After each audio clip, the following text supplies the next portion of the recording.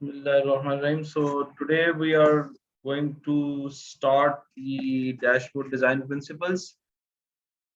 अभी तक we are midway in the semester और what we have learned up to now is basically the need to हमने ये सीखा है अभी तक कि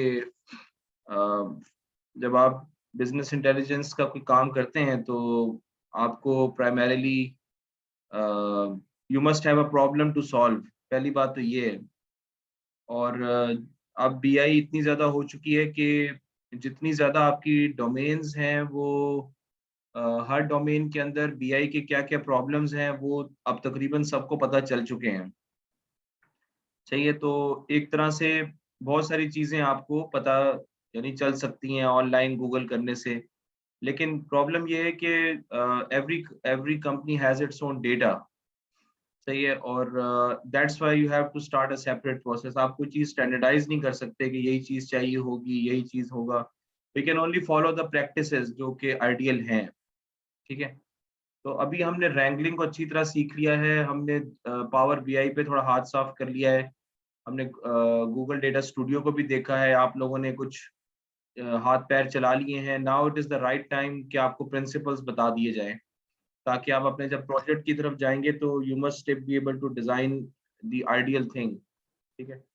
तो वो फिर ऑब्वियसली कुछ चीज़ें तो अ, पता चल सकती हैं, लेकिन एक्सपीरियंस के साथ क्या उसका how will you use them वो अब हम उसके साथ मैं आपको बता दूँगा इंशाल्लाह, सही है? सो um, so the first thing to do is to consider your audience। यानी किसी भी कंपनी के अंदर जो है वो डैशबोर्ड का जो इनिशिएटिव है बीआई का, वो प्राइमरीली 2 से 3 डिपार्टमेंट्स को सर्व कर रहा होता है। और ज़ाहिर-सी बात है दैट मीन्स कि आपके यूज़र्स जो है ना वो दे आर डिफरेंट, ठीक है? अच्छा, एक डिपार्टमेंट के अंदर एक से ज़्यादा यूज़र भी हो सकता है।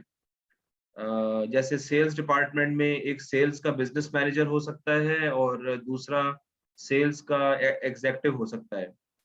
तो आपने करना ये है कि you have to actually put yourself in the shoes of the audience, कि यू हैव टू एनविज़न कि अगर if I am the sales manager तो what will I want to see. मेरा जो डैशबोर्ड है वो किस तरह एक्सेस होगा, मतलब फ़ोन पे होगा, टैबलेट पे होगा, डेस्कटॉप पे होगा या लैपटॉप पे होगा, कितनी फ्रीक्वेंटली होगा। और आपने जो जिस चीज़ का ख़्याल रखना है ना वो ये है कि it has to be clear what you want to demonstrate and it has to be approachable, कि जब वो चार्ट को देखे तो उसको फ़ौरन समझ में भी आ जाए, ठीक है? चीज़ों को फैंसी बनाना जो है ना वो that is the tendency by using different colours and so many options जो कि आपके पास आजकल अवेलेबल होते हैं।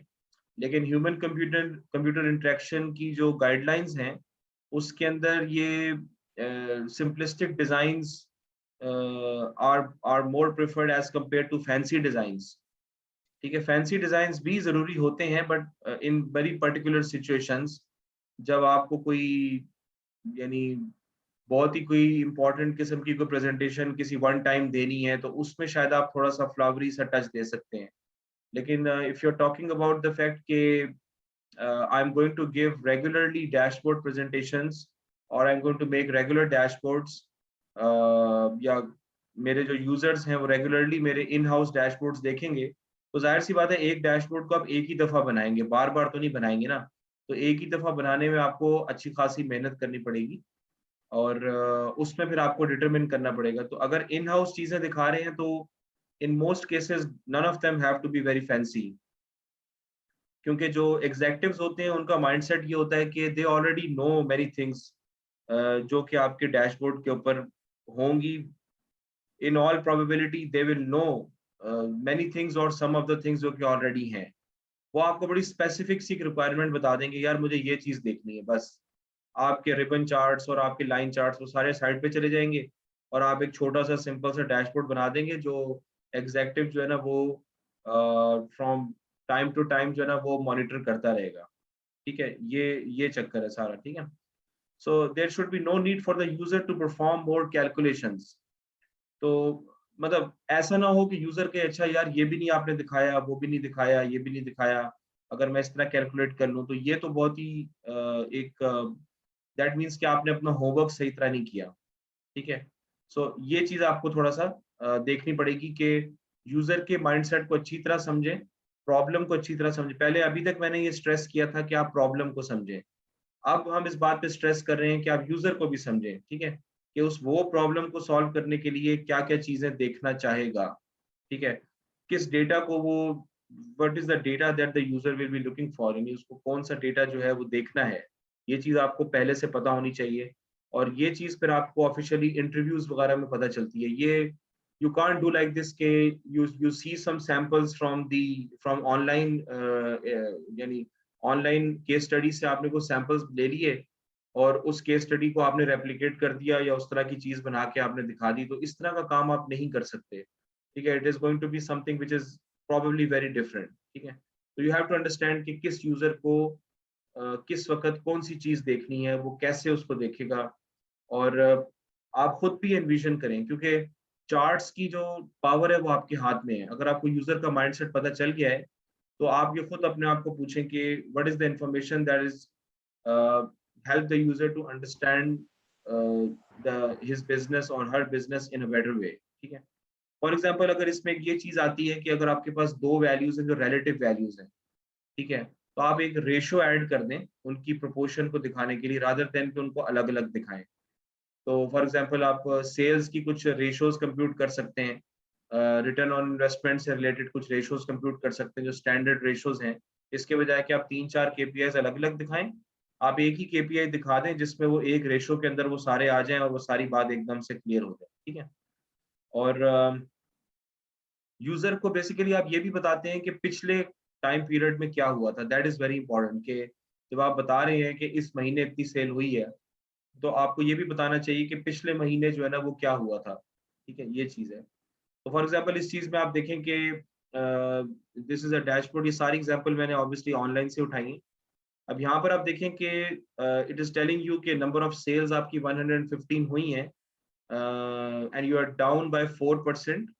अपने टारगेट से 4% आप नीचे हैं, परसेंटेज अबव और बिलो टारगेट, जो 4% बिलो योर डिजायर्ड टारगेट, ये आपने यहाँ पे कंप्यूट करके बता दिया।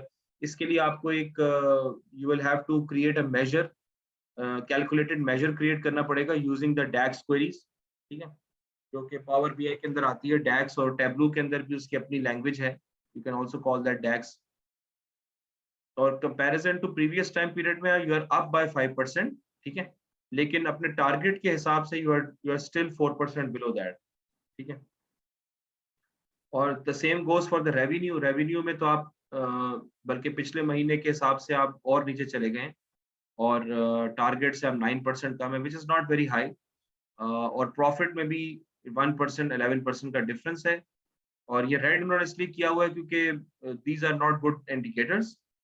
और कॉस्ट के केस में आपका इतना क्रिटिकल मामला नहीं है, तो आपने उसको रेड कलर से रिप्रेजेंट नहीं किया। ऑल दिस में भी आप प्रीवियस के मुकाबले में पीछे चले गए हैं और जो है वो 12% आपकी कॉस्ट जो है ना वो कम हुई है। तो I think that's a good thing. 12% cost आपकी, अच्छा नहीं, टारगेट से अभी भी नीचे हैं आप।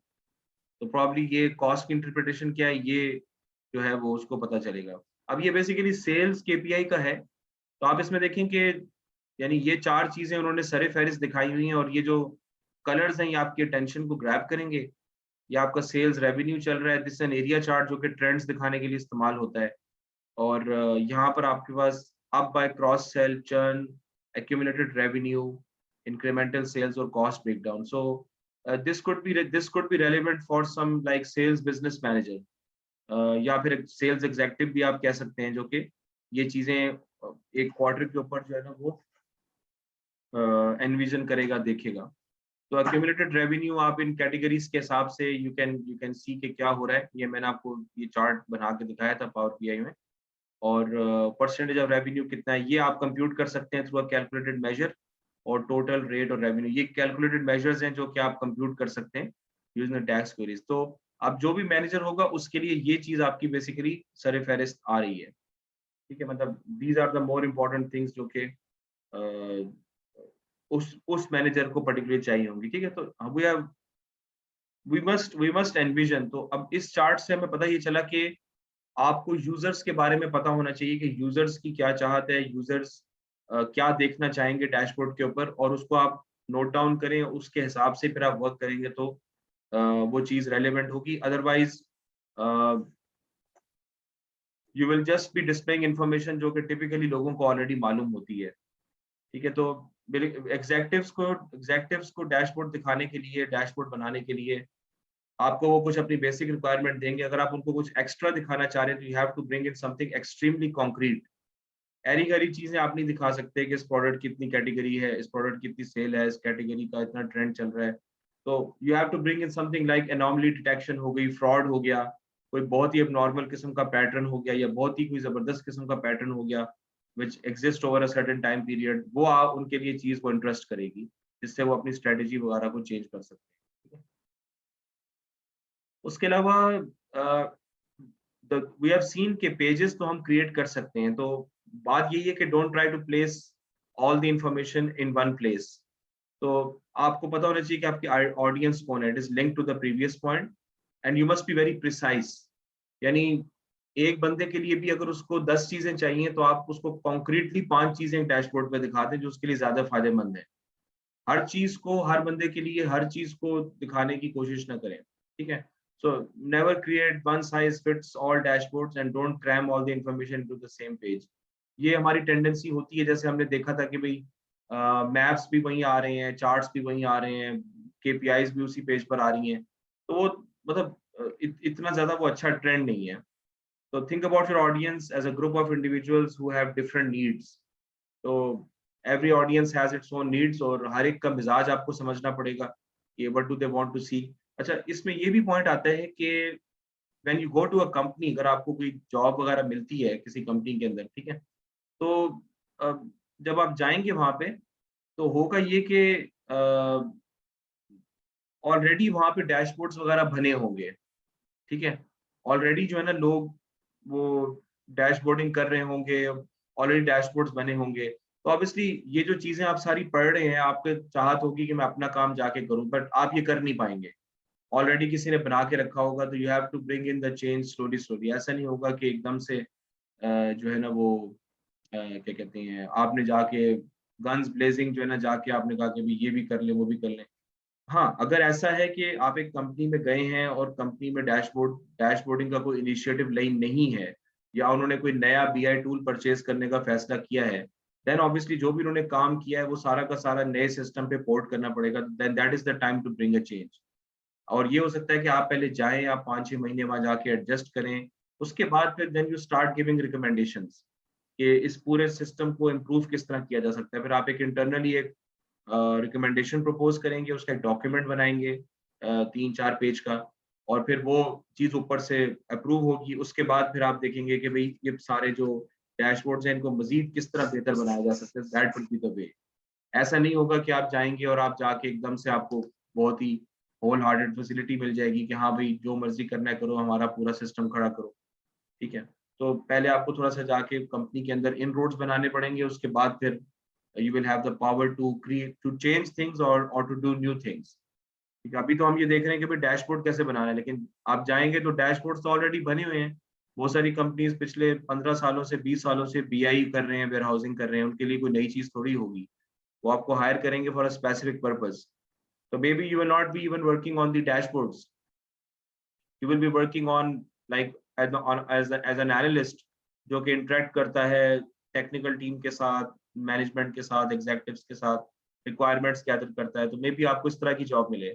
लेकिन पॉइंट इज के मतलब जो design principle, you will be the auditor of what is being done in BI basically, ठीक है। तो आपको ये सारी इंफॉर्मेशन इस हिसाब से भी पता होनी चाहिए। इट्स नॉट नेसेसरी कि आप उसको क्रिएट ही करें बैठ, क्रिएशन आप अभी एकेडमिक्स में कर सकते हैं। तो बहरहाल ये कि don't cram the information in the same page. Think about your audience as a group of individuals who have different needs. तो हर एक का आपको मिजाज, you will have to understand कि हर एक का क्या मिजाज है कंपनी के अंदर ना, तो उस हिसाब से आपको चलना पड़ेगा। Use tabs to split the information पर थीम और subject. We have already seen, हमने पेज अभी तक हमने जो काम किया है वो क्या किया, हमने तो बड़ा रफ सा काम किया ना। हमने कहा भाई ये पेज छोटा पड़ रहा है, चलो पेज 2 पे चले जाओ। That is not the way, ठीक है। तो use tabs to split the information पर थीम और सब्जेक्ट। तो मैंने आपको बताया था कि एक पेज के ऊपर एक प्रॉब्लम सॉल्व हो, एक पेज आपको एक मैसेज दे रहा हो, that's what you have to envision.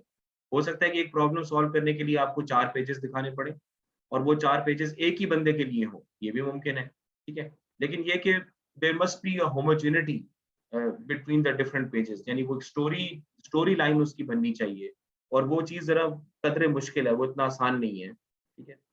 क्योंकि इसमें तो होता ही है कि आपका इंटरेस्ट तो बैठेगा कि हाँ जी, डैशबोर्डिंग हो रही है, बड़ा अच्छा लग रहा है, कलर्स बड़े अच्छे आ रहे हैं, बड़े अच्छे-अच्छे चार्ट्स आ रहे हैं, लेकिन मकसद असल में इस तरह का सब करना है नहीं।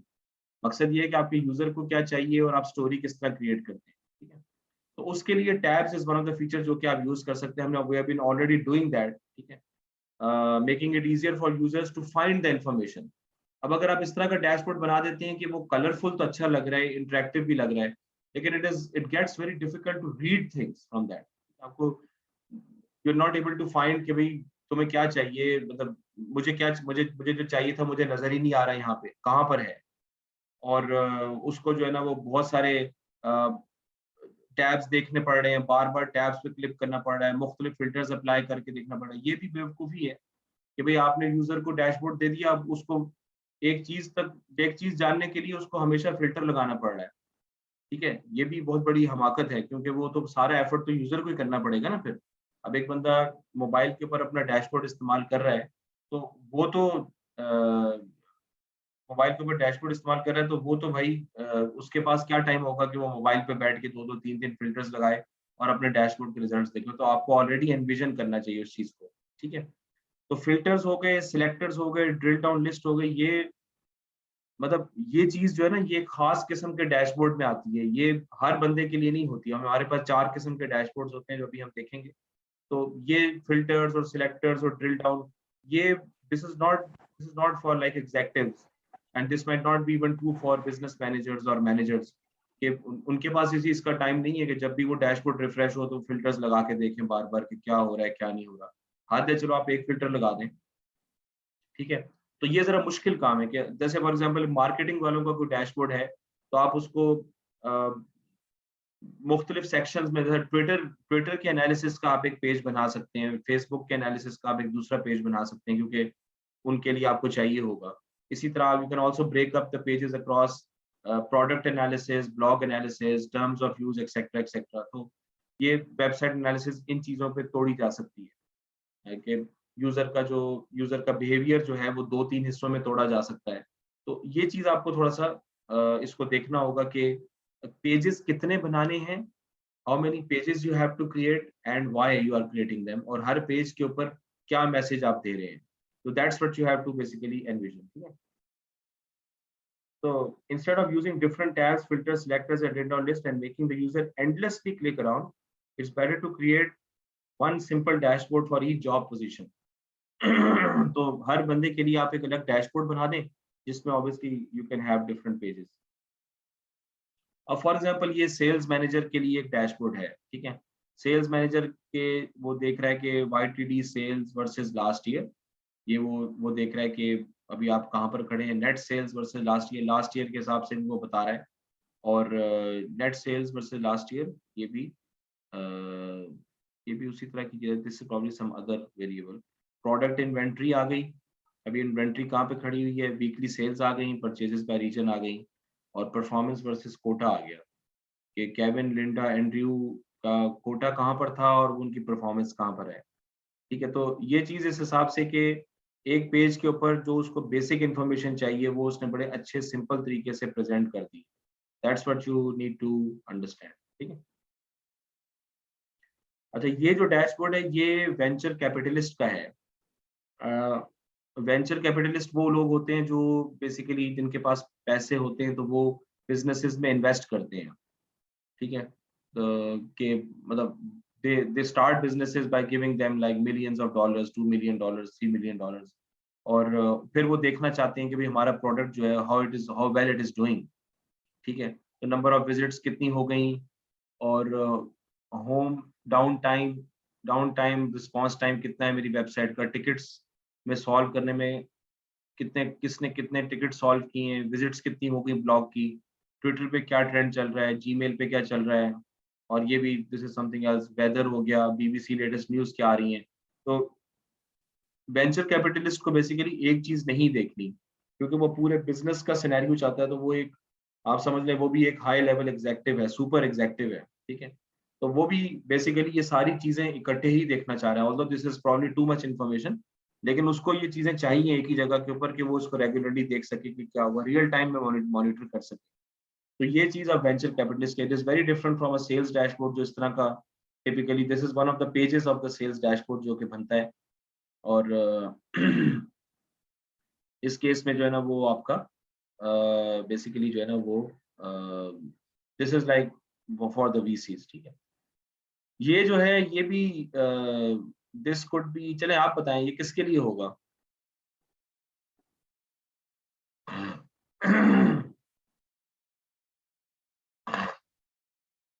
There is hardly anyone online, I think 30-35 students class में हैं, और क्लास में आते ही कोई नहीं है यार। तो ये किसके लिए होगा? ये भी एग्जेक्टिव लेवल डैशबोर्ड है basically, this is for the executive high level, ये this is for the sales manager. तो थोड़ा-सा अंदर की चीज़ें देख रहा है कि मतलब बंदों के नाम हो गए एक्सेट्रा, एक्सेट्रा। और ये आपका एग्ज़ेक्टिव लेवल का होगा, जो कि ओवरऑल चीज़ें जिनको आप ये चीज़ें बता रहे हैं कि रेवेन्यू किस तरह उसकी क्या वैल्यूज़ जा रही हैं, ठीक है? और न्यू कस्टमर कितने आए हैं हमारे पास, और यानी कंपैरिज़न ऑफ डिफरेंट कैटेगरीज़ के पीछे कौन-सी जा रही है, आगे कौन-सी जा रही है। Net revenue, total cost, growth, past trends हो गए, क्योंकि मैनेजर्स के लिए ये चीज़ सबसे ज़रूरी होती है। अगर वो मंथली बेसिस पे डैशबोर्ड देखते हैं, प्रेजेंटेशन होती है, तो trends are one of the most important things they want to see, and obviously they also want to see the comparisons जो कि हमने यहाँ पे देखे थे, वो ये कंपैरिजंस भी देखना चाहते हैं, ठीक है? तो लोकेशन बेस्ड सेल्स एनालिसिस में आप कहाँ पर पहुँचे हुए हैं वो उम, ये क्या है net, by the way bubble chart जो है ना वो नेट रेवेन्यू मार्जिन, ये this is not very clear, this is not a very good dashboard with that respect, क्योंकि आप देखें ना इसमें बबल के साइजेस को कंपेयर करना इतना आसान मुझे नजर नहीं आ रहा। और दूसरा इसमें कलर्स का भी बड़ा मसला आ रहा है। ये जर्सीज का प्रॉब्ली कलर 2 दफा आ रहा है, और may be it's a different colour, तो कलर कॉम्बिनेशन इस तरह का रखें कि इट शुड बी क्लियर। और इसी तरह यहाँ पर आपके पास रीजन वाइज भी आपको दिखा रहा है कि कहाँ पर आप बहुत अच्छा कर रहे हैं, कहाँ पर आप बहुत बुरा कर रहे हैं, एक्सेट्रा एक्सेट्रा, ये चीज़ आ गई। अब आप देख रहे हैं कि यहाँ पे जो कलर्स हैं वो बेसिकली मैच कर रहे हैं। ये ब्लू और रेड जो है ना, it is matching with blue and red here. तो blue represents good things and red represents a loss. तो ये आपको पता चल रहा है कि लॉस, अगर यहाँ पे क्लिक करेंगे तो ऑब्वियसली वो यहाँ पे वो चीज़ हाईलाइट हो जाएगी कि लॉस कहाँ कहाँ पर हो रहा है। तो वो तो खैर पावर बीआई और टैबलू में वो ऑटोमेटिकली कनेक्ट हो जाता है, आपको अलग से उसको कनेक्ट करवाने की जरूरत भी नहीं होती।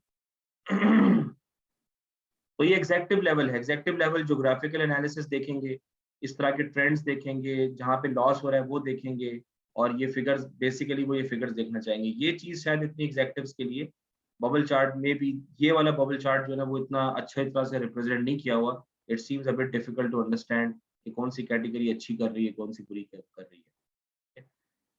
अच्छा, इसमें डेटा पाइन वालों ने जो है ना काफ़ी अच्छा काम किया है गाइडलाइंस डेवलप करने में। ये मैं उन्हीं के कंटेंट से आपको पढ़ा रहा हूँ।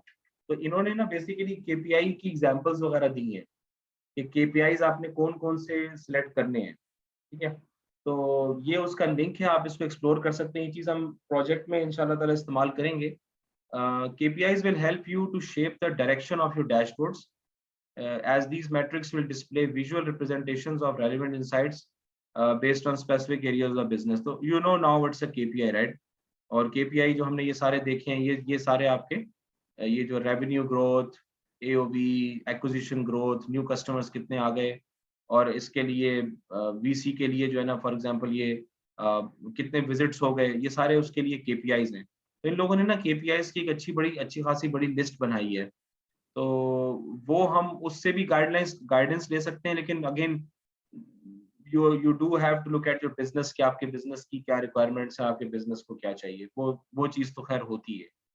तो इसमें जैसे for example average basket size जो है ना वो $65 है। दिस सीम्स प्रीटी हेल्दी कि मतलब एवरेज सेल जो मुझे पर कस्टमर हो रही है वो बेसिकली $65 है in the supermarket, so that's very good. और सेल्स का टोटल वॉल्यूम कितना है, इट इज तकरीबन $750 million for the whole year. और ये ईयर बेसिस के ऊपर मुझे इतना वो हुआ, तो दिस सीम्स गुड। और ये चीज मैंने आपको बताई थी कि वो जो लाइन और बार चार्ट जो इकट्ठा हम करते हैं, तो ये इसके साथ ही ये कंपेयर करेगा। आप देख रहे हैं कि कलर्स बिल्कुल मैच कर रहे हैं। एवरेज बास्केट साइज पर्पल से रिप्रेजेंट किया हुआ है, how it is varying across the different time frames for the whole year, और सेल्स को उन्होंने ग्रीन से यहाँ रिप्रेजेंट किया। That is very excellent way कि वही कलर आपस में जो है मैच करें। This in fact this is one of the guidelines, ठीक है। तो ये वही चीज़ है, राइट साइड के ऊपर एवरेज बास्केट सेल्स आ गई, वॉल्यूम सेल्स जो है ना लेफ्ट साइड पे आ गया। तो ये आपकी वो चीज़ होगी। तो केपीआईज को सिलेक्ट करना ये भी एक आर्ट है कि क्या चीज़ वो देखना चाहेंगे। और रिमेंबर के इट इज़ नॉट नेसेसरी कि मैनेजर्स को हर चीज़ पहले से पता हो। देयर आर सेवरल थिंग्स जो कि आप खुद भी डिस्कवर करके डैशबोर्ड पे डाल सकते हैं। तो you always have to keep that perspective in mind कि I might you know give extra information to the dashboard जो कि requirement मुझे दी नहीं गई, लेकिन but I believe from my knowledge कि ये चीज बिजनेस के लिए काम हो सकती है। That's where the background knowledge comes in, और उससे थ्रू फिर आप आगे वो लेके चलेंगे उसको, ठीक है। तो फॉर एग्जांपल अब यहाँ पर केपीआईज में आपको उसकी एग्जांपल दे चुका हूँ। तो आपको you have to select the relevant APIs right at the beginning. Now we have these 4 types of dashboards. और आजकल तो आपको पता है कि वेबसाइट्स भी हमारी रिस्पॉन्सिव होती हैं। वो तो स्टैटिक वेबसाइट्स का ज़माना तो अब मतलब थोड़े उसकी तो अब मतलब ज़्यादा इतनी मांग नहीं रही, ऑल्दो बहुत सारी जगहों पे बनती भी हैं। लेकिन now the websites are more responsive in technologies like JavaScript, Angular JS और रिएक्ट फ्रेमवर्क जो है सारा, वो they are making responsive dashboards और वेबसाइट सॉरी। तो डैशबोर्ड का भी यही हिसाब है कि आपको उसको रिस्पॉन्सिव बनाना है। तो हमारे पास 4 किस्म के डैशबोर्ड्स होते हैं। स्ट्रेटेजिक डैशबोर्ड वो होता है जो कि जिसमें आप लॉन्ग टर्म जो स्ट्रेटेजी है कंपनी की उसको आप मॉनिटर कर सकें कि हमने we created a business strategy, ठीक है। और हाँ, हमने एक बिजनेस स्ट्रेटेजी क्रिएट की और वो स्ट्रेटेजी हमारी कैसी चल रही है। तो आप इसका डैशबोर्ड कैसे बना सकते हैं जब तक आपके पास बिजनेस नॉलेज ना हो, ठीक है। जब तक आपके पास you don't understand how the business is run, तो आप स्ट्रेटेजी को समझ के उसका डैशबोर्ड कैसे बना सकते हैं। तो सबसे पहले आप ये समझेंगे कि उसकी स्ट्रेटेजी है क्या बिजनेस इंटेलिजेंस के लिए, कि कंपनी कौन सी स्ट्रेटेजी फॉलो कर रही है, which strategy the company is following business strategy. और उसको फिर मॉनिटर करने के लिए आप एक डैशबोर्ड बनाएंगे। और इसके अंदर by analysing and benchmarking a wide range of critical trend based information. तो ऑब्वियसली अगर स्ट्रेटेजी तो लॉन्ग टर्म होती है, लॉन्ग टर्म का मतलब है कि टाइम बेस्ड ट्रेंड्स तो आपको दिखाने ही पड़ेंगे।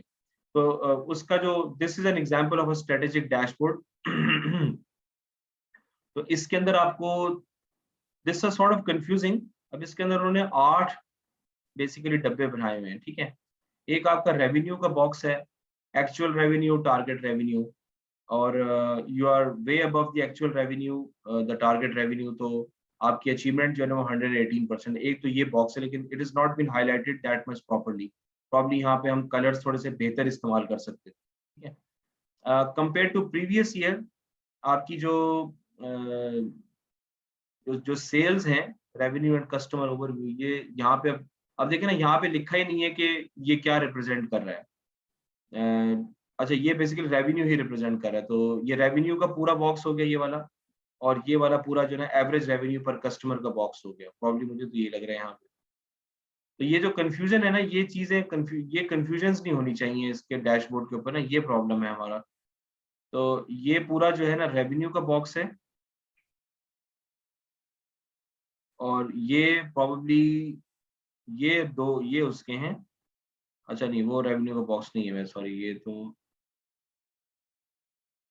अब यही जो चीजें ना वो यहाँ पे नहीं होनी चाहिए। ये तो कंफ्यूजन जो आ रहा है ना, ये यहाँ पे इसकी कंफ्यूजन नहीं होनी चाहिए।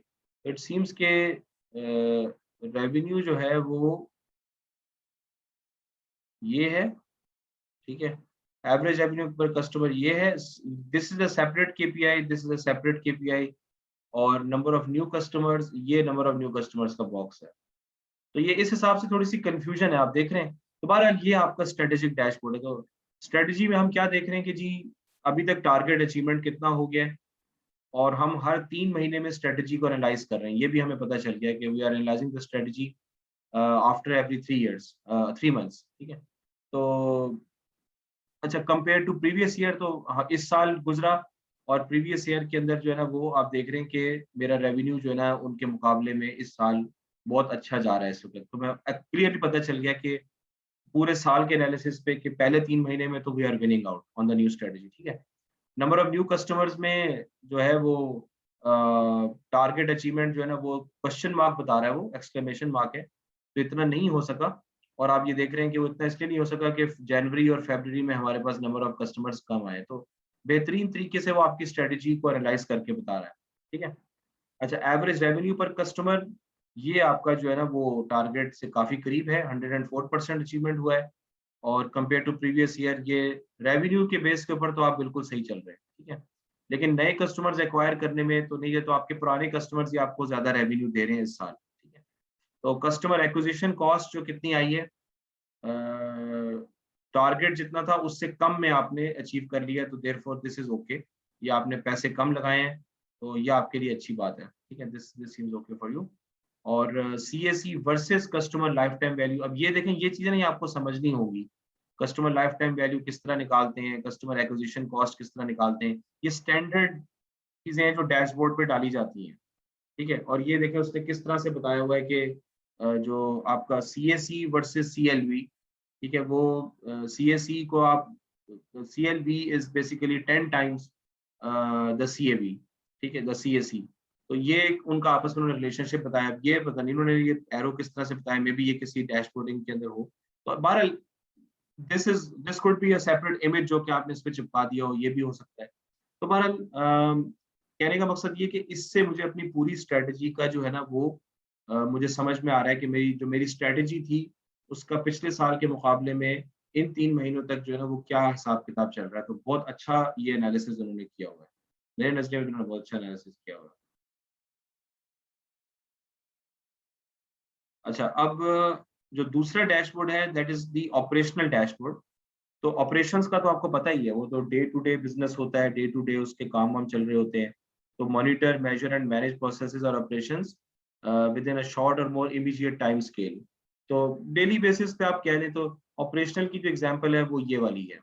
अब इसको हम थोड़ा सा क्रिटिकली देखते हैं कि यहाँ पर क्या हो रहा है। तो ऑपरेटिंग रेवेन्यू रिपोर्ट, ORR कहते हैं इसको।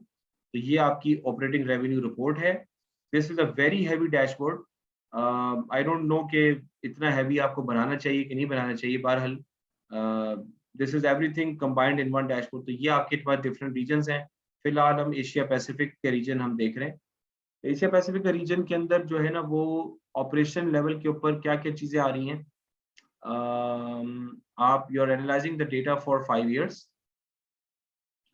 और यहाँ पर क्या हो रहा है, these are the different regions. तो अभी हम एशिया पैसिफिक पे देख रहे हैं। तो जब हमने वहां पे सिलेक्ट किया तो उसने, अच्छा, ये बेसिकली ठीक है, मैं समझ गया हूँ, ये फिल्टर इज जस्टिफाइड क्योंकि the charts will remain the same. जब आप यहाँ क्लिक करेंगे यूरोप के ऊपर, अफ्रीका पे, तो वो आराम से नीचे ऑटोमेटिकली अपडेट हो जाएगा वो।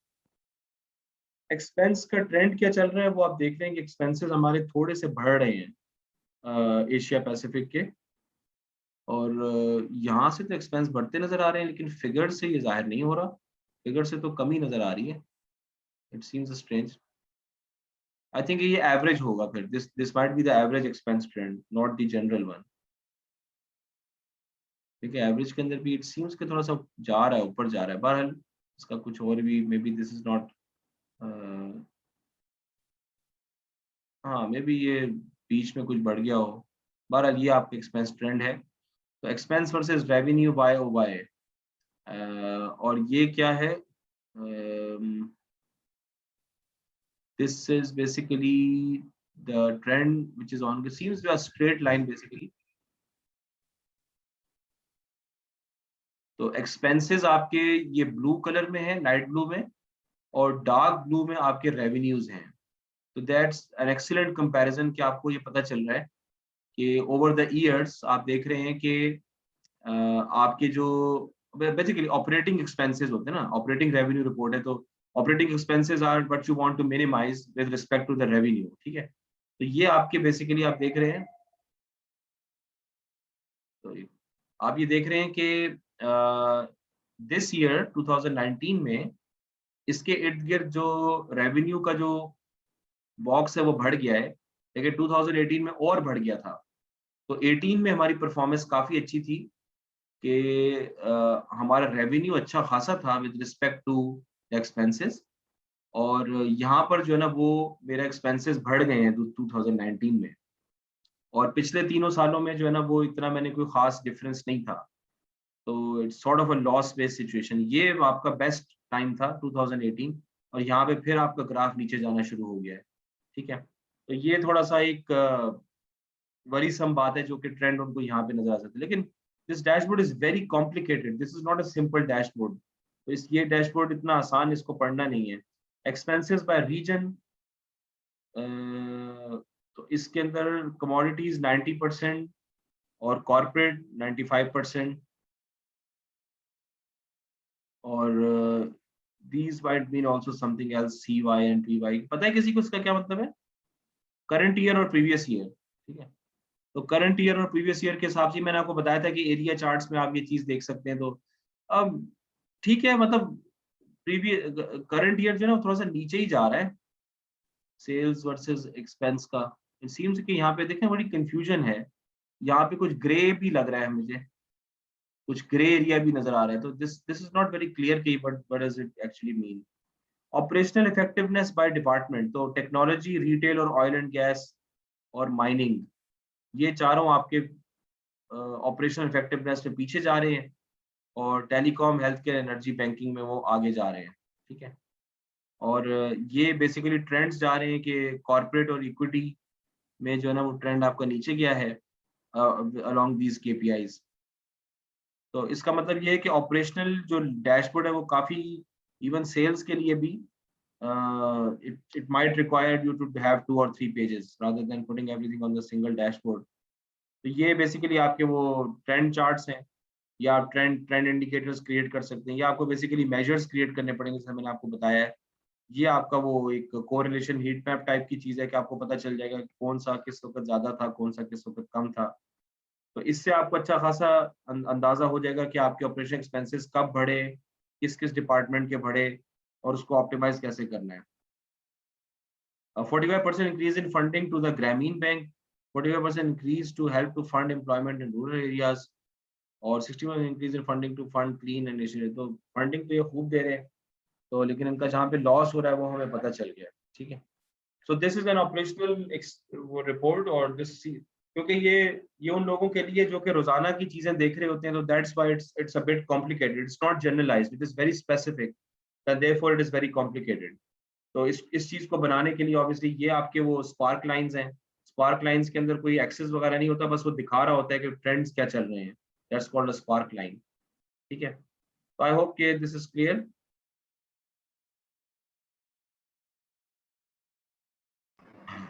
Yes sir. अच्छा, एनालिटिकल डैशबोर्ड्स वो है जिनका ज़हन हमारे पे बैठता है आगे, जो हमें जिससे ज्यादा, जैसे गूगल एनालिटिक्स है, तो हमें वो चीज ज्यादा अच्छी लगती है कि एनालिटिकल डैशबोर्ड है, और उसके अंदर मैं क्या करता हूँ कि ड्रिल डाउन कर सकता हूँ, इनसाइट्स निकाल सकता हूँ। हम इस चीज पे ज्यादा फोकस कर रहे होते हैं। लेकिन कंपनीज के अंदर जो है ना वो, मैं जो आपको मैनेजर्स या एग्जेक्टिव्स के लिए आपको स्ट्रेटेजिक बनाना पड़ेगा। ऑपरेशनल लेवल के ऊपर डैशबोर्ड पता नहीं हमारे यहाँ, I do not think so कि इतना ज्यादा ट्रेंड होगा, क्योंकि उसकी वजह ये है कि ऑपरेशनल लेवल के ऊपर ना बहुत सारी चीजें रिकॉर्ड नहीं, जैसे इन्वेंट्री का काम होता है ना, तो इन्वेंट्री लेवल के ऊपर मुमकिन हो सकता है कि बहुत सारे लोग डेटा रिकॉर्ड ही नहीं करते टाइम के ऊपर। तो it's not easy to create an operational dashboard at least in Pakistan. जैसे रिटेल का बिजनेस है, सप्लाई चेन का बिजनेस है, बहुत सारा डेटा है जो लेट रिकॉर्ड होता होगा, बहुत सारा ऐसा डेटा है जो मे बी को भूल जाते हों, उसमें एरर्स होते होंगे। तो बाहर के मुल्कों में तो चलो समझ में आते हैं, लेकिन यहाँ पर आई डोंट नो कि ये जो डे टू डे जो हमारे काम होते हैं, मशीनरी पे काम होता है, सप्लाई चेन का काम होता है, वो कितना ज्यादा वेल रिकॉर्डेड होता है कि हम उस पर ऑपरेशनल डैशबोर्ड के ऊपर चीजें देख सकें। I have no idea about that, maybe होता हो, मे बी उसका चांस कम हो। तो हमारा ज्यादा ध्यान एनालिटिकल डैशबोर्ड्स की तरफ होता है, बट यू नाउ अंडरस्टैंड कि this is not the only thing जो कि हम करना चाह रहे हैं। तो एनालिटिकल डैशबोर्ड के अंदर आप ये देखेंगे, this is a very basic analytical dashboard, जो कि मतलब जिस तरह का हम देखते हैं कि भाई ये पूरे साल का क्या ट्रेंड चल रहा है, और ये भी आपको ट्रेंड्स बता रहा है 2 केपीआईज के ऊपर, कॉस्ट पर क्लिक कितनी थी, ad impressions, total page views, total visits. तो ये जो टोटल दिखाना, थोड़ा सा डबल क्लिक करके ड्रिल डाउन करना, ये एनालिटिक्स का एक खास वो है। ये आपका गूगल एनालिटिक्स का डैशबोर्ड है जो कि पूरी दुनिया कई काफी सालों से इस्तेमाल कर रही है, और बहुत सारी कंपनीज पाकिस्तान में भी गूगल एनालिटिक्स अब यूज कर रहे हैं। तो ऑलरेडी बना बनाया डैशबोर्ड देखिए कितना सिंपल सा है और कितना आसान है इसको समझना कि आपके क्या हो रहा है। सर्चेस बाय कॉन्टिनेंट आ गई, this seems a pretty complicated इसको समझना। ये तो बेसिकली ट्रेंड बना रहा है, यूजर्स बाय जेंडर, फीमेल और एज का, वो क्या क्या कितनी परसेंटेज है, उसकी डिस्ट्रीब्यूशन क्या है, बाउंस रेट कितना, एक्सेट्रा एक्सेट्रा। तो बहुत बेसिक लेवल के ऊपर वो बता रहा है कि आपके पेज के ऊपर क्या हो रहा है बेसिकली। ठीक है, बाउंस रेट कैलकुलेट कर रहा है, और यूजर्स मेल्स और फीमेल्स का। And the last dashboard basically जो हमें देखना है वो है टैक्टिकल। ठीक है, टैक्टिकल में ये होता है कि ये यहाँ तो लॉन्ग टर्म स्ट्रेटेजी होती है स्ट्रेटेजिक के अंदर, ठीक है, और टैक्टिकल के अंदर जो है ना वो बेसिकली शॉर्ट टर्म स्ट्रेटेजीज होती हैं, कि आप ये चाहते हो कि मिड मैनेजमेंट जो बनाती है ना, यानी ऊपर एक तो वीसी है, वीसी कह रहा हूँ, जो सीआईओ है या सीईओ है या सीडब्ल्यू है, एक तो वो बंदा है, ठीक है। तो उसको तो आपने स्ट्रेटेजिक लेवल पे दिखाना है, या हद है कुछ किसी हद तक ऑपरेशनल भी दिखा सकते हैं। तो इनफैक्ट स्ट्रेटेजिक का ड्रिल डाउन जो है वो ऑपरेशनल हो सकता है। अगर मैं स्ट्रेटेजिक डैशबोर्ड को ड्रिल डाउन करूं तो वो ऑपरेशनल डैशबोर्ड भी डिस्प्ले कर सकता है। पर एनालिटिकल एक चीज साथ चलती है। टेक्टिकल में ये है कि मिड मैनेजमेंट में बात आ जाती है कि ऊपर का जो विजन था वो अब हमने नीचे इंप्लीमेंट कैसे करना है। जैसे मैं डेटा गवर्नेंस के अंदर ऊपर एक काउंसिल होती है, और नीचे फिर आपके पास सीनियर डेटा स्टीवर्ड्स होते हैं जो काउंसिल की रिकमेंडेशंस को प्लान के थ्रू इंप्लीमेंट करते हैं। तो वो टैक्टिक्स में बात आ जाती है। तो डे टू डे आपने स्ट्रेटजीज किस तरह बनानी है। तो टैक्टिकल वाले एनालिटिक्स की भी इंफॉर्मेशन इस्तेमाल कर सकते हैं, टैक्टिकल वाले ऑपरेशनल की भी इंफॉर्मेशन इस्तेमाल कर सकते हैं, और जो टैक्टिकल पे चीज आएगी वो फिर जनरलाइज होकर स्ट्रेटेजिक पे चली जाएगी। That's what you need to understand. ठीक है, दोबारा ये इसका इसका आपस का खेल किस तरह खेला जाता है वो ऑब्वियसली आपको खुद इसके बारे में जो है ना वो देखना पड़ेगा, सोचना पड़ेगा। ये तो मतलब उसके उसकी रिक्वायरमेंट के हिसाब से ही हम बता सकते हैं कि क्या होगा। ठीक है, तो this is an example of a technical dashboard जिसमें बेसिकली आपकी प्रोजेक्ट की मॉनिटरिंग की जा रही है। अब ऊपर से आपको स्ट्रेटजी मिली कि भाई आपने प्रोजेक्ट जो है ना वो हमारे प्रोजेक्ट डिले होते हैं, हमने प्रोजेक्ट टाइम पे कंप्लीट करना है। हमारा टारगेट है कि इस साल हमारा कोई भी प्रोजेक्ट डिले नहीं होना चाहिए। अब टेक्निकल वालों ने प्रोजेक्ट की एक पूरी मॉनिटरिंग का एक पूरा डैशबोर्ड बना दिया। यहाँ आपकी लॉन्च डेट आ गई कि भाई तकरीबन 110 दिन हो चुके हैं, और 15 दिसंबर जुम्मे के दिन ये लॉन्च हुआ था। अब प्लानिंग कितनी हो चुकी है, डिज़ाइन कितना हो चुका है, डेवलपमेंट इस वक़्त कितनी प्रोग्रेस में है, टेस्टिंग का क्या हिसाब-किताब है। अब आप जो डेवऑप्स के ज़माने में अंदर जो है ना वो अब तो चीज़ें सारी लाइव चल रही होती है ना, यानी डेवलपमेंट और टेस्टिंग पैरेलल में चल रही होती है डेवऑप्स में। तो उसके हिसाब से फिर आपको अलग देखना पड़ेगा। बजट कितना था प्रोजेक्ट का, कितना बाकी रह गया है, कितना हम टारगेट से ऊपर है। तो ये चीज़ है जो कि रोज़ाना के हिसाब से अपडेट होगी। ठीक है, डिपेंडिंग के जब वो बंदा कहता है कि मैंने ये टास्क कंप्लीट कर लिया, वो टास्क कंप्लीट कर लिया, तो उसके ऊपर एक डैशबोर्ड भी अपडेट हो जाएगा। ये डिफरेंट टास्क हैं, ये एम्प्लॉयी के टास्क, ओवरड्यू टास्क किस-किस के हैं, ये देखें कलर आपको बता रहा है कि इनके इतने-इतने दिन ओवरड्यू हो गए हैं। ठीक है, तो that is something very interesting. अब मुझे नहीं पता कि पाकिस्तान में आम तौर पे सॉफ्टवेयर हाउसेज़ में तो इतना तो कोई भी नहीं करता। प्रोजेक्ट मैनेजर अपनी आसानी के लिए कुछ कर ले, वो अगर कोई ओपन सोर्स ऐसा टूल है तो वो इस्तेमाल कर सकते हैं।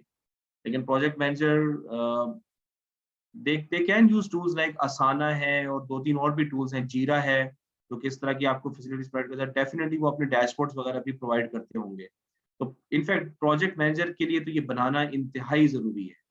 इंतहाई ज़रूरी है कि इस तरह का डैशबोर्ड वो रोज़ाना की बेस पे देख सके, क्योंकि वो हर चीज़ का हिसाब-किताब मेंटली नहीं रख सकता। तो अपकमिंग डेडलाइन्स इनकी क्या-क्या हैं, वो आप देख रहे हैं। तो वर्कलोड के हिसाब से भी उन्होंने कुछ बनाया हुआ है यहाँ पे, ठीक है। वर्कलोड कैसे कंप्यूट हो रहा है, वो फिर इनकी अपनी एक मर्ज़ी है। बहरहाल ये टैक्टिकल डैशबोर्ड है, और इसकी बेस के ऊपर मैं बता सकता हूँ कि मेरा प्रोजेक्ट टाइम पे कंप्लीट होगा कि नहीं। अभी तो हम टारगेट से ओवर 8.1% ओवर टारगेट है। टाइम के हिसाब से तो इन्होंने कोई वो नहीं बताया कि कितना डिले आ सकता है, उसका अभी तक कोई इसमें हिसाब-किताब लिखा नहीं हुआ। बहरहाल ये एक अलग चीज़ है, ठीक है। अच्छा, अब उसके बाद जो गाइडलाइन है वो क्या है कि प्रोवाइड द कॉन्टेक्स्ट। कि नंबर्स और गुड और बैड। अब आप नंबर्स तो बता रहे हैं जी, रेवेन्यू इतना है, ये है, लेकिन क्या वो अच्छे हैं या बुरे हैं, टिपिकल है या अनयूजुअल है? तो कंपैरिजन वैल्यूज हम पहले भी बात कर चुके हैं कि आपको कंपैरिजन वैल्यूज देनी चाहिए कि पिछले महीने कितना था, 1 साल पहले कितना था। अगर आप ये कंपैरिजन नहीं रखेंगे, इंडिकेटर्स नहीं बताएंगे, तो नंबर्स आर मीनिंगलेस। अभी तक हमने वो काम नहीं किया, लेकिन अब आपको बेसिकली, अभी तो हम एक वो कर रहे थे ना कि चीज़ों को ज़रा चीज़ों का पता चल जाए कि क्या होता है। हमने रैंकलिंग अच्छी तरह देख ली पावर बीआई में, पाइथन में भी उसको अच्छी तरह हमने टेस्ट कर लिया है, डैशबोर्डिंग का पता भी चल गया है, चार्ट्स का सब पता चल गया है, ठीक है? अब हम इन गाइडलाइंस को सामने ला सकते हैं कि जब भी आप कोई गॉज बनाएँगे या कोई नंबर डालेंगे, उसके लिए साथ आपको इंडिकेटर्स डालने पड़ेंगे कि ट्रेंड्स अच्छे जा रहे हैं या बुरे जा रहे हैं, ठीक है? You will have to put the indicators there. Um, तो अगर आप ये नहीं डालेंगे तो लोगों को कैसे पता चलेगा कि हम इस नंबर को देख के क्या करें? उनको तो नहीं याद रहेगा कि पिछले साल क्या था, पिछले महीने क्या था। तो तो मेन चीज़ इसमें जो है ना, वो चीज़ समझने की, जो मैं आपको ऑलरेडी बता रहा हूँ कि आपको एक स्टोरी लाइन क्रिएट करनी पड़ेगी। वो अभी तक हमने काम किया नहीं है ना। अभी तक हमने उस तरह से चीज़ों को देखा नहीं है कि एक प्रोजेक्ट हो और हम उसकी पूरी स्टोरी क्रिएट करके, ये सारी चीज़ों को मद्देनज़र रखते हुए हम एक पूरी स्टोरी क्रिएट करें। तो जो सप्लाई चेन वाला डेटा है ना, उसके अंदर इतना दम है कि हम उसमें पूरी ये स्टोरी क्रिएट कर सकते हैं। तो पहले मैं ये गाइडलाइन सारी कंप्लीट कर लूँ, फिर आपका परसों क्विज़ हो जाए, उसके बाद फिर हम स्टोरी की क्रिएशन की तरफ आएँगे और ये सारी चीज़ों के तहत फिर एक उस पे काम करना शुरू करेंगे, ठीक है? प्रोबब्ली हम वो ये काम पावर सर बीआई पे क्विज करेंगे। प्लीज थर्सडे को ना रखें। चलिए वो अभी इस डिस्कशन को छोड़ दें। मुझे थोड़ा-सा ये भी है कि भई जो 1 सेकंड है। So we have to understand कि स्टोरी किस तरह क्रिएट होती है और you always try to provide the maximum information, ठीक है? और even if some of them seem obvious to you, your audience might find them perplexing, ठीक है? तो अ, हमने यहाँ से उल्टी बात की थी। हमने ये कहा था कि भई मैनेजर्स को ऑलरेडी बहुत कुछ पता होता है, उनको ट्रेंड्स पता होते हैं, वो बात सही है, लेकिन अ, अब आपके पास डिफरेंट चार्ट्स हैं, डिफरेंट तरीके से चार्ट्स बनाने का आपके पास ऑप्शन है। There are so many guidelines to follow. तो you show what you have to show, even though कि कुछ लोगों को पता हो, कुछ लोगों को ना पता हो, जो दिखाने की चीज़ है वो आपको दिखा देनी चाहिए। ठीक है? वो कभी ना कभी काम आ ही जाती है। एक्सेस और टाइटल्स वगैरह हर चार्ट्स के होने चाहिए। हमने अभी पिछले किसी डैशबोर्ड में देखा था कि ये चीज़ नहीं थे, and remember to provide comparison values. तो ये सब कॉन्टेक्स्ट के अंदर चीज़ें आती हैं, ठीक है? तो कंपैरिजन जो कि मोस्ट कॉमन है वो यही है कि पिछले टाइम फ्रेम के साथ आपका क्या कंपैरिजन है, तो वो आपको बेसिकली दिखाना जो है ना ज़रूरी है। इसमें आमतौर पे वो जो सेल्स के होते हैं ना, वो जैसे ये टारगेट क्या था, ये बुलेट चार्ट्स जो होते हैं, ठीक है? आपने कितना अचीव कर लिया, आप इस वक़्त कहाँ पर खड़े हैं, आप 4.6 के पर हैं और ये आपकी ये क्या है, बेसिकली नेट रिटेंशन है विद द 6 मंथ रेंज। तो कॉन्ट्रैक्शन, एक्सपेंशन, कैंसल, ये 3 आपकी कैटेगरीज़ हैं और उसके अंदर आपकी करंट वैल्यू क्या है और आपका टारगेट क्या है, ठीक है? कौन-सा रेड के ऊपर है, कौन-सा जो है ना वो आपके येलो पर है, कौन-सा जो है ना वो इसके ऊपर है। अभी लास्ट मंथ के मुकाबले में आप 6.9 के पे हो, तो आप ग्रीन में आ गए हो। यहाँ पर आप जो है ना वो 1 येलो में हो, यहाँ पर आप रेड में आ गए हो, लास्ट मंथ के मुकाबले में पीछे चले गए हो, ठीक है? तो यहाँ पर भी लास्ट मंथ का दिखा रहा है। ये आपका मंथली रिकरिंग रेवेन्यू होता है और ये आपकी नेट रिटेंशन होती है। तो इस तरह आपको बेसिकली कॉन्टेक्स्ट एक क्रिएट करना पड़ेगा, ठीक है? अच्छा, ये हमने अब चार्ट्स के अब बहुत सारे वो देखे हैं। We have seen quite a lot of charts जो कि अभी तक हमने कर लिए। बेसिक हमने सारे चार्ट्स देख लिए हैं। लेकिन आपको बेसिकली, मतलब हमारा तो अभी तक हमने कुछ स्ट्रैटेजी फॉलो नहीं की है। हमारे ज़हन में कुछ क्वेश्चंस थे और मेरा अभी भी यही स्टांस है कि अ, जो आपके क्वेश्चंस होते हैं, बिज़नेस के जो क्वेश्चंस हैं, तो वो प्राइमरीली उससे आप डिराइव करते हैं कि आपने क्या दिखाना है। मेरा मेरा अपना ज़हन तो ये है, ठीक है? तो you have to ask yourself these questions कि what story you want to tell, कि कौन-सी स्टोरी आप उसको बताना चाह रहे हैं, कि स्टोरी क्रिएट किस तरह करनी है, बिज़नेस की प्रॉब्लम क्या थी, मैनेजर क्या चाह रहे थे, रिक्वायरमेंट क्या था, ठीक है? और आप उस प्रॉब्लम को किस तरह सॉल्व करेंगे, वो आपने पूरी स्टोरी बतानी है। फिर आपने ये देखना होगा कि आपने किसको बतानी है। हर एक को हर चीज़ दिखाने की ज़रूरत नहीं है, हर एक को डैशबोर्ड आपको उसके लिए टेलर्ड बनाना पड़ेगा। तो in house, informal, formal, investors को दिखानी है, इनफॉर्मल है, फॉर्मल है, इन हाउस दिखानी है या क्लाइंट को दिखानी है, ये चीज़ आपको पूछनी पड़ेगी। अगर आप ट्रेंड्स एनालाइज करना चाह रहे हैं तो उसके लिए ये वाले चार्ट्स हैं, line, column, area and ribbon. ये दो दो सालों के ट्रेंड्स आपस में आपने बताने हैं, तो ये आप ट्रेंड्स के लिए आपके पास ये वाले चार्ट्स हैं। अगर डेटा की कंपोजिशन बतानी है तो पाई, वाटरफॉल, स्टैक चार्ट जितने भी हैं, मैप्स हैं, ठीक है। और अगर आपने कंपैरिजंस बताने हैं तो बबल हो गया, स्पाइडर चार्ट हो गया, बार चार्ट हो गया, स्कैटर और कॉलम बेस्ड जितनी विजुअलाइजेशन है वो कंपैरिजन की है। ये डिफरेंट कैटेगरीज का आपने कंपैरिजन बताना है। कंपोजिशन का आपको पता ही है कि भाई एक चीज के अंदर क्या क्या चीजें आ रही है। पाई चार्ट में ये चीज होती है, वाटरफॉल में भी ये चीज दिखाई जाती है, मैप्स में आप दिखा देते हैं कि कौन से शहर के अंदर क्या क्या चीजें हो रही हैं, एक्सेट्रा एक्सेट्रा। अगर टाइम इंपॉर्टेंट है तो line chart, dynamic line chart, bar charts और एरिया चार्ट भी आप उसमें डाल सकते हैं। तो आपको बेसिकली जो आप स्टोरी क्रिएट करेंगे उसके हिसाब से you will experiment with different charts by formats until your goals are met. ठीक है, ये चीज है। ये चार्ट है जो कि डेटा पाइन वालों ने प्रपोज किया है। तो इसमें बेसिकली आपको ये समझना होगा कि 4 किस्म की चीजें हैं रिलेशनशिप के अंदर। You got things like scatter plots and bubble plots, जो कि 2-3 कॉलम्स, 2 वेरिएबल्स के दरमियान रिलेशनशिप दिखाता है। डिस्ट्रीब्यूशंस अगर आपने दिखाने हैं कि how is the data distributed, तो उसमें ऑब्वियसली हिस्टोग्राम्स हैं, कॉलम चार्ट्स हैं, बार चार्ट जिसको आप कहते हैं, स्कैटर प्लॉट्स वगैरह हैं। तो रिलेशनशिप के लिए स्कैटर हो गया, बबल हो गया। डिस्ट्रीब्यूशन दिखाने के लिए तो हिस्टोग्राम तो आपको पता ही है, वो भी अवेलेबल होता है तकरीबन सारे बीआई टूल्स के अंदर। या कॉलम चार्ट हो गया। कॉम्पोजिशन के अंदर आपको पता है, कॉम्पोजिशन अगर स्टैटिक कॉम्पोजिशन है तो ये वाटरफॉल और pie chart are the best. ठीक है, वो वाटरफॉल हम देख चुके हैं कि वो कितना अच्छा उसमें वो आपको यानी एक वो देता है। और आई थिंक इसमें फनल चार्ट भी आ जाएगा, इसी के अंदर ही आ जाएगा कॉम्पोजिशन के अंदर। ठीक है, तो डायनेमिक के अंदर क्या चीज़ है कि स्टैट कॉलम चार्ट और स्टैक्ड एरिया चार्ट। तो वो बेसिकली के स्टैक्ड एरिया चार्ट भी हमने देखा था।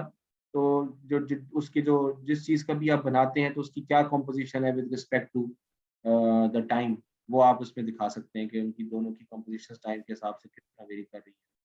और अगर कंपैरिजन करना है तो उसके अंदर फिर ऑब्वियसली टेबल के अंदर मुख्तलिफ एंटिटीज का कंपैरिजन हो सकता है।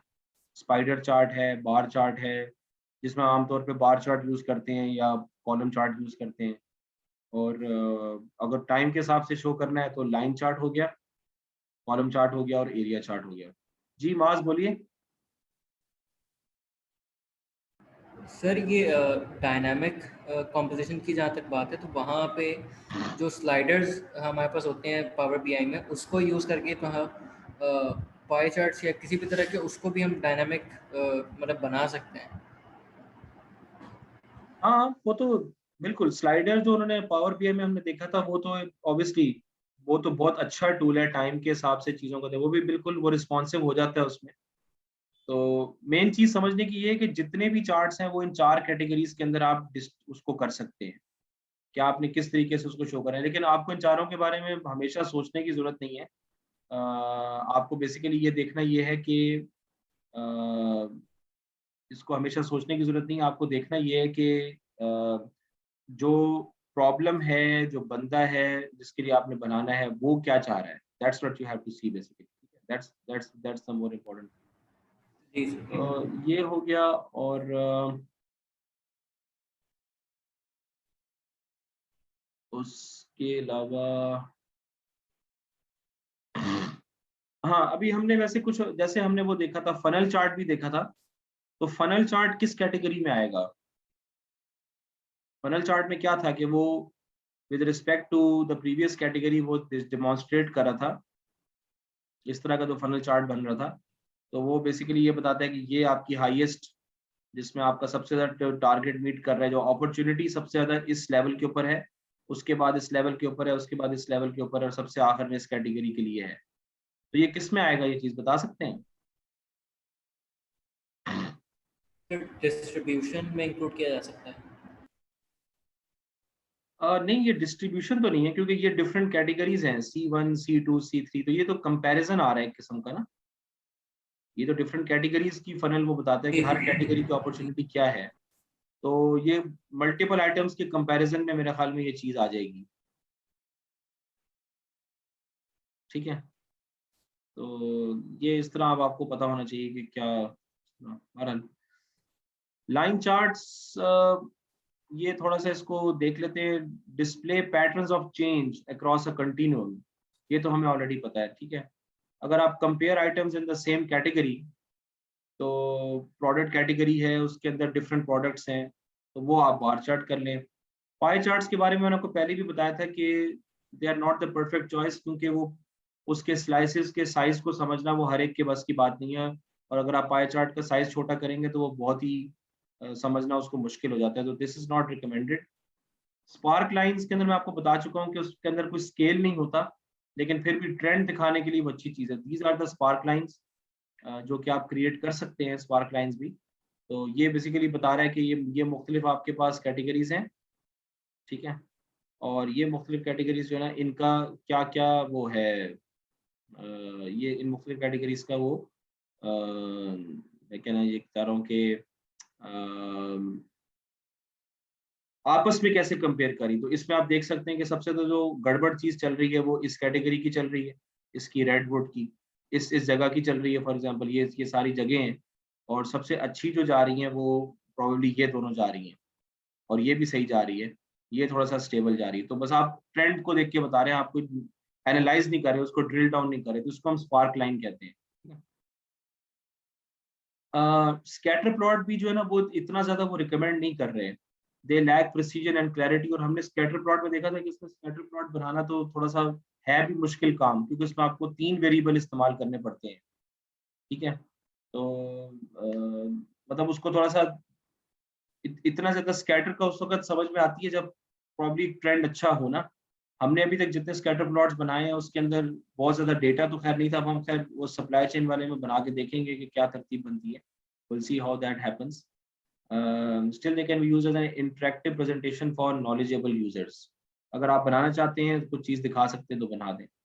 बबल चार्ट्स में बिल्कुल भी वो रिकमेंड नहीं कर रहे वो, ठीक है।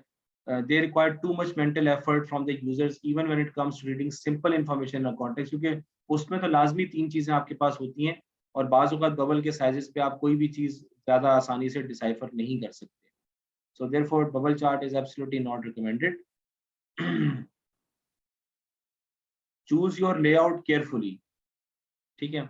ये चीज़ एक बड़ी ज़बरदस्त है कि प्लेसमेंट कौन-सी आपने कहाँ पर करनी है।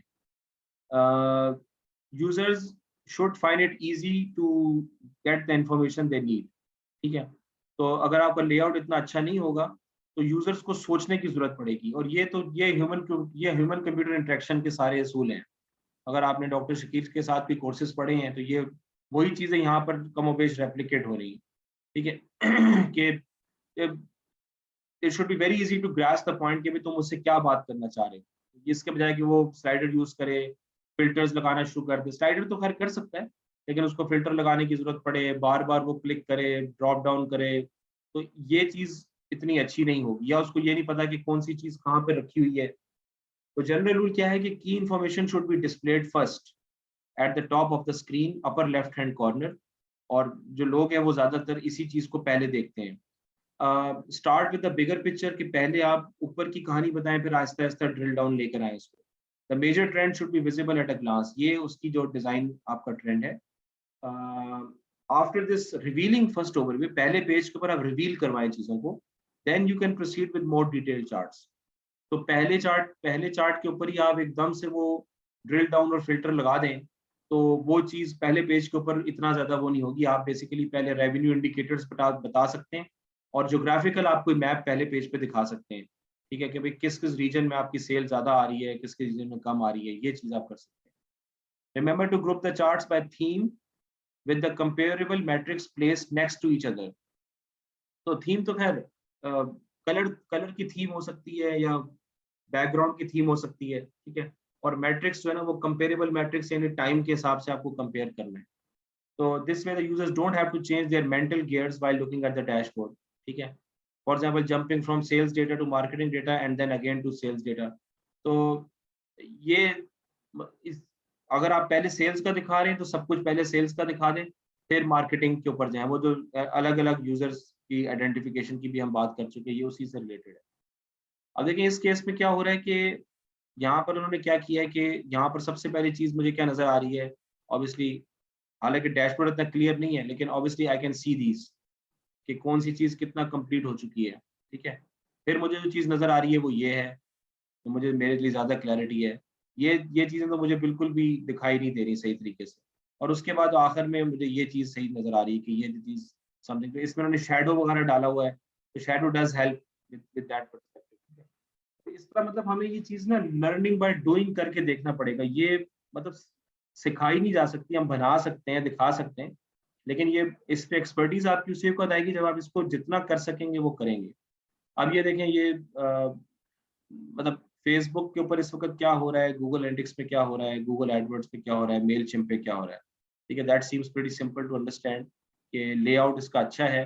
सबसे पहले देखिए मेरी नज़र फेसबुक पर ही गई है और हमने देख लिया कि क्या हो रहा है। मुझे बेसिकली 15 सेकंड में समझ में आ जाएगा कि डैशबोर्ड मुझसे क्या बात कर रहा है।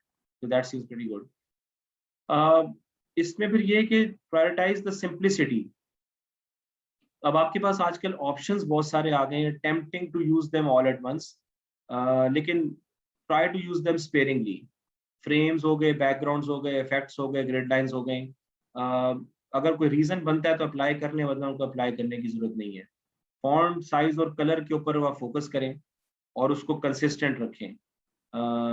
Should not hide your chart but also big enough to be readable. Don't waste space on decorations, like for example a lot of pictures.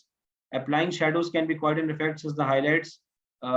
Do not overdo it. ठीक है, it should be a well thought out process. यानी आपको बैठ के जिस तरह आप एक सूडो कोड लिखते हैं, उसी तरह आपको एक सूडो डैशबोर्ड बनाना पड़ेगा इससे पहले कि आप उसको पावर बीआई पे या टैबलू पे बनाना शुरू करें। But the end user should see a simple data story with the main points highlighted and the point should be immediately clear. ठीक है, ये चीज अब आपको जो है ना वो जहन में रखनी है, and the point should be immediately clear. If this is not respected, more question will arise then the discussing the points that you're trying to make and the story you're trying to present। यानी समझ में आ रही बात की? अगर आपने simplicity को prioritise ना किया और बहुत सारी चीजें कॉम्प्लिकेटेड तरीके से 10-15 पेजेस पे डाल दी, तो यूजर्स जो है ना वो आपको क्रिटिसिज्म शुरू कर देंगे कि ये तो ऐसा होता नहीं है, ये तो वैसा है नहीं, ये तो वो है नहीं। If you don't create the story, if you don't make it simple, if you don't take the context in picture, तो आपको वो बेसिकली क्रिटिसाइज करना शुरू कर देंगे, क्योंकि उनको बहुत सारी चीजें बीच में फजी लगना शुरू हो जाएंगी, समझ नहीं आएंगी उनको। ठीक है, तो ये डेफिनेटली ये it also seems a logical thing कि ये मुझे लिखा हो, तो इन चीजों का आपको ख्याल रखना पड़ेगा। अब ये कुछ एग्जांपल्स हैं टुवर्ड्स द एंड। अब देखें कि इस केस में ये बेस्ट प्रैक्टिसेस है। तो अब ये देखें कि ये कलर स्कीम देखें आप, ये कलर स्कीम ऑटोमेटिकली सबसे पहले मुझे इसकी तरफ अट्रैक्ट कर रही है। ये मुझे बता रहे हैं कि गोल कन्वर्जन कितना हो गया, पेज व्यूज, बाउंस रेट वगैरह कितने हो गए। उसके बाद जो मुझे चीज नजर आ रही है ऑब्वियसली वो इसका कलर थोड़ा हल्का रखा हुआ है। अब देख रहे हैं कि पाई चार्ट में this is not good, pie chart is not a good practice to make. तो पाई चार्ट्स का अवॉइड करें, बबल चार्ट्स को अवॉइड करें। ये चीज हमारे अब डैशबोर्ड में रिकमेंडेड प्रैक्टिस है। ये ट्रेंड सही है, लेकिन इसमें प्रॉब्लम ये है कि टाइम नहीं पढ़ा जा रहा। ये बहुत बड़ा एक प्रॉब्लम है, इसमें भी टाइम नहीं पढ़ा जा रहा। या तो टाइम फ्रेम ऊपर लिखा हो, तो मुझे तो लगता है कि ये हाँ, visits by week of the year. हाँ, तो वीक ऑफ द ईयर है तो ये this should be I think 52 होने चाहिए वीक ऑफ द ईयर अगर आप लिखा है, bounce rate by week of the year. अब इसमें ऑब्वियसली ड्रिल डाउन का ऑप्शन होना चाहिए कि जहाँ पे वो कम है वहां पे मैं ड्रिल डाउन करूँ तो मुझे पता चल जाए कि कहाँ पे कम है। तो दिस इज समथिंग जो कि फिर उसको ना कॉम्प्लिकेट करेगी चीज़ों को। बहरहाल ये तो हमें देखना ही पड़ेगा। और user type, this seems pretty good. Top 3 channels bye conversion, ये सही। लेकिन कलर कॉम्बिनेशन मतलब थोड़ा सा यहाँ तक तो सही आ रहा है, यहाँ थोड़ा सा अजीब सा लग रहा है। ये डार्क कलर थोड़े से अजीब से लग रहे हैं यहाँ पे। बहरहाल ये तो खैर आपको वो उसमें करके देखना पड़ेगा अपने हिसाब से। अच्छा, ये एक चार्ट है जो कि आपको क्या बता रहा है, ये ऊपर एक फिल्टर इस तरह लगे हैं। This seems a very good filter to have कि आप डेट के हिसाब से चीजें देखते रहें। और इसमें हो क्या रहा है कि ई कॉमर्स में तो आपको यही चीज करनी पड़ेगी। ई कॉमर्स में गूगल एनालिटिक्स तो खैर आई थिंक ऑटो अपडेट कर देता होगा। तो विजिटर्स एंड न्यू विजिटर्स, वो आप ट्रेंड्स देख रहे हैं, और यही ऑडियंस लोकेशन क्या है, कहाँ पर कितने ज़्यादा हैं। 1500 एवरी 1500 विजिटर्स, टोटल 1500 विजिटर्स हैं। Visitors by device category, again this is not recommended, not recommended, not recommended. इसको समझना बहुत मुश्किल है, इसको देखना बहुत मुश्किल है। तो try to find some other chart जो कि इस चीज को डिस्प्ले कर सके। ये भी देखें इतना अच्छा प्रैक्टिस यहाँ पे नजर नहीं आ रही कि ये अजीब सा डैशबोर्ड लग रहा है कि मतलब ये छोटा छोटा जा रहा है फिर ये ऊपर आ रहा है, तो मे भी आपको इसको किसी तरह प्रोमिनेंट बनाने की जरूरत है। पर it is simple enough to understand. ये है कि इन्होंने 6 चीजें अलग अलग बॉक्सेस में बहुत सिंपल तरीके से दिखा दी, ऊपर एक छोटा सा फिल्टर लगा दिया है, तो उस हिसाब से तो ये बेहतरीन डैशबोर्ड है। ये वाला भी अच्छा है लेकिन थोड़ा सा क्रैम्ड अप सा लग रहा है। ये आपका पावर बीआई का डैशबोर्ड है। बहुत यानी इसमें अच्छा उन्होंने किया हुआ है कि sales per country, truck utilisation, average PSF, logistic average, ये आपके ऑब्वियसली मेजर्स हैं। ये यहाँ पर हो गया customer by sales value, sales value by date. तो ये जो हॉरिजॉन्टल चार्ट्स हैं they are better than the vertical charts. Vertical chart को पढ़ना मुश्किल है, हॉरिजॉन्टल सॉर्टेड को पढ़ना आसान है। ये भी इस तरह से बनाना कि मतलब कुछ कलर्स नजर ही नहीं आ रहे हैं कि क्या लिखा हुआ है, ये भी इतनी अच्छी अप्रोच यहाँ पे फिलहाल लग नहीं रही है। ठीक है, मतलब यहाँ से मैं क्या निकाल सकता हूँ, ट्रक यूटिलाइजेशन कितनी है यहाँ पे 13.08, और लॉजिस्टिक प्रोवाइडर्स में सबसे ज्यादा यही ट्रांसफॉर यू है आपके, और ये कहाँ कहाँ पर हैं, सब टॉप के 4 कहाँ पर हैं वो यहाँ नजर आ रहा है कि वो आपके यूरोप के अंदर है प्रॉब्ली, ये कि यूरोप के अंदर ये कहाँ कहाँ पर आ रहे हैं। तो यहाँ तक तो इनकी एसोसिएशन तो आपस में सही है, जो एसोसिएशन इन दोनों की आ रही है वो तो सही है। अच्छा, इसमें एक चीज ये थी कि कलर कॉम्बिनेशन ना कंसिस्टेंट होने चाहिए। ये चलो खैर मैं आपको बाद में बताता हूँ, ये हो गया। और this is an example of dash. तो आप देख रहे हैं कि एक ट्रेंड ये चल रहा है कि यहाँ लेफ्ट साइड के ऊपर ये आपके पास ये चीजें आ रही हैं, कुछ यहाँ पे बार्स आ रहे हैं, कुछ यहाँ पे लाइंस आ रही हैं। ये तो खैर थोड़ा सा अजीब सा लग रहा है, पर इन दोनों के कलर्स आपस में मैच कर रहे हैं। ठीक है, तो it's pretty simple and easy to read at least. ठीक है, अच्छा, round up your numbers. Numbers को आपने राउंड अप करना है, लाइक दिस वन, डेसिमल्स में नहीं जाना। और be careful with colours, choose a few and stick to them. तो आमतौर पे हमारी टेंडेंसी ये होती है कि हर चार्ट का डिफरेंट कलर हो, लेकिन ये बिल्कुल सही नहीं है। आप ये देख रहे हैं कि इन्होंने 3 कलर्स यूज किए हैं। एक ये ब्यूटीफुल ब्लू या ग्रीनिश सा है, ये थोड़ा सा ब्लूइश टाइप का है, और ये जरा डार्क ब्लू है। और यही 3 कलर जो है ना उन्होंने यहाँ पर भी नीचे इस्तेमाल किए हुए हैं। तो ये चार्ट्स के दरमियान जो कलर का जो एक स्कीम है वो बहुत जरूरी है कि मतलब people will associate the same colour with, for example यहाँ पे 5% लिखा है, वो 5% को हम इसके साथ एसोसिएट करेंगे। ठीक है, और ये जो है 5% यहाँ लिखा हुआ है या 7%, वो हम इसके साथ समहाउ एसोसिएट करना शुरू कर देंगे। तो ये यूजर्स की उसको पकड़ने का बड़ा अच्छा तरीका है। तो एक ट्रेंड हमें ये नजर आता है कि भाई आप व्हाइट डैशबोर्ड बना सकते हैं, ब्लैक के ऊपर अगर इन्फॉर्मेशन इतनी नहीं है, ब्लैक बैकग्राउंड के ऊपर इन्फॉर्मेशन इतनी नहीं है, तो आप उसके हिसाब से आप उसको यानी चला सकते हैं। ठीक है, तो ये थोड़ा सा इनमें ये आपके वो ट्रेंड्स थे। अब ये है कि जो अब मेरा जो इरादा है करने का वो ये है कि आज जो हमने पढ़ा है अभी आप लोगों को मैंने कौन सी असाइनमेंट दी हुई है?